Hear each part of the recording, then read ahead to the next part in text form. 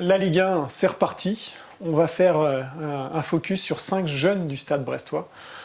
Gauthier Larsonneur, Franck Honora, Irvine Cardona, Romain Perrault et Jean-Kévin Duverne. On va commencer par Gauthier Larsonneur, qui est l'historique du club, l'enfant du club. Cette saison, elle est très particulière pour lui, puisqu'il a quand même des objectifs à atteindre. Il est international espoir maintenant, depuis 1 an et demi, et 1 an et demi, 2 ans. Et l'idée, c'est d'aller faire les JO l'année prochaine, en 2021. Évidemment, tenter un nouveau maintien avec son club du Stade brestois. Il y a eu quelques rumeurs cet été sur des touchettes avec des clubs de Ligue 1, notamment on a parlé de l'OM, on a parlé de Montpellier. En tout cas, il n'y a rien qui est arrivé au niveau du Stade brestois. Et le gardien, lui, dans sa tête, il restait pour une nouvelle saison au Stade brestois, donc on le verra là. Il a dépassé les 100 matchs en pro.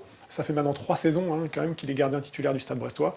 Et donc cette saison, elle est charnière pour se montrer à nouveau auprès des clubs. Il a prouvé qu'il avait le niveau Ligue 1, mais aussi pour atteindre les JO, dans la peau d'une doublure pour le moment de Paul Bernardoni. Mais les JO dans une carrière, c'est pas rien. Donc Gauthier Larsonneur, très attendu. Jean-Kévin Duverne, le nouveau capitaine du Stade brestois, en tout cas c'est ce que laisse deviner la préparation, puisqu'il a porté le brassard à 4 reprises, dans un effectif qui est relativement jeune, qui n'est pas très jeune, on est autour de 25 ans de moyenne d'âge, donc c'est pas très jeune, mais c'est un effectif relativement jeune. Le capitaine, donc oui, effectivement, est un jeune joueur. Jean-Kévin Duverne, qui, rappelons-le, est arrivé dans le dernier jour du Mercato 2019, le 2 septembre 2019 exactement. Il a mis du temps à s'acclimater à son nouveau club. Il en a commencé à jouer en Ligue 1, en tout cas, il a été titularisé pour la première fois que le 3 décembre contre Strasbourg, mais derrière, après, c'est une longue ligne droite pour lui, puisqu'il a jamais quitté l'équipe après, il est resté un titulaire permanent. Et donc on arrive maintenant cette saison où il va, je vous dis, porter le brassard.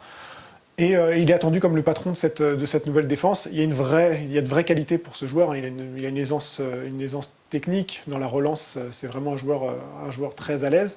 Et puis il dégage quelque chose. Donc vraiment, il est attendu de ce point de vue-là. Et puis comment il va se comporter en tant que patron de défense. Jean-Charles Castelletto est parti. C'était pas franchement le patron, mais c'était en tout cas le joueur qui avait le plus d'années au Stade brestois. Là, Jean-Kévin Duverne est là pour prendre la relève. Avec Brendan Chardonnay, qui est lui aussi un joueur formé au club, mais qui a plutôt été remplaçant régulièrement. Mais là, voilà, on attend Jean-Kévin Duverne quand même comme le patron. Franck Honora, la recrue de l'été. Il y en a eu d'autres, mais lui, en tout cas, c'est la recrue la plus chère de l'été. On a parlé de 4 millions d'euros. Avec les bonus, ça pourrait grimper jusqu'à 5, donc acheté à Saint-Etienne. C'est un joueur que Grégory Lorenzi voulait depuis au moins 2 ans, quand il jouait à Clermont. Un joueur de couloir, un joueur offensif, rapide, et qui peut apporter vraiment de nouvelles choses au Stade brestois. Ce profil-là, il ne l'avait pas la saison dernière. Donc Franck Honora, ils ont mis le prix pour le prendre. Et il va vraiment être très attendu pour voir ce qu'il peut donner devant. Pour le moment, sur les premiers matchs amicaux, en tout cas, c'est vraiment très satisfaisant. On a vu justement ses qualités de vitesse. On l'a vu centrer souvent en première intention, ses débordements. C'est vraiment intéressant. Et effectivement, avec ce statut de recrue la plus chère de l'été et de la plus chère de Brest, en tout cas, il est vraiment attendu. Il va être observé. Et pour le moment, les prémices sont très intéressantes. Romain Perrault, latéral gauche, arrivé l'été dernier de Nice, où il n'avait pas beaucoup joué, voire pas du tout. Il a fait une belle saison en Ligue 2, prêté au Paris FC. Sa saison, elle peut être découpée en deux à Romain Perrault l'année dernière, c'est-à-dire qu'il a fait une première partie de saison assez moyenne, on va dire, où il s'installait pas vraiment comme titulaire. Il était en concurrence avec Ludovic Ball, qui est arrivé de Rennes, lui. Et au final, on ne savait pas trop qui était vraiment le titulaire. On décelait les qualités de Romain Perrault, c'est-à-dire un joueur qui met de l'intensité, qui est capable, qui est rapide, qui a de la vivacité, qui prend son couloir. Mais on savait pas trop. On voyait pas. Défensivement, en tout cas, il y avait des manques. Et au final, il s'est révélé sur la deuxième partie de saison, notamment avec le duo qu'il formait avec Samuel Grand-Cyr. C'est l'un des duos forts de la fin de saison, en tout cas jusqu'en mars et jusqu'à l'arrêt des championnats du Stade brestois. Et Romain Perrault, là, a l'air de démarrer à peu près pareil. Et lui va vraiment, cette deuxième saison, c'est la saison de la confirmation, en tout cas au Stade brestois. Après une première saison qu'on découpe en deux, là vraiment on l'attend sur une vraie régularité. On va terminer par celui qui pourrait peut-être devenir le nouveau chouchou du Stade brestois, Irvine Cardona, qui a beaucoup joué dans le couloir gauche de l'attaque la saison dernière. 6 buts et 3 passes décisives, donc c'est un bilan pas trop mal, même plutôt intéressant pour un joueur qui a joué à ce poste-là. Mais on va l'attendre, je pense, beaucoup plus cette année dans l'axe de l'attaque. On va le voir beaucoup plus souvent dans l'axe de l'attaque. Et ça peut être très intéressant de voir comment il va fonctionner.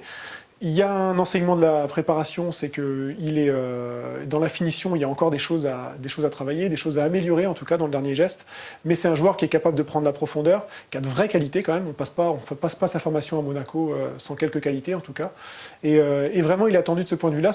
Même si Brest continue à chercher des attaquants, et notamment des joueurs pour l'axe, ça peut être peut-être la bonne surprise du Stade brestois devant.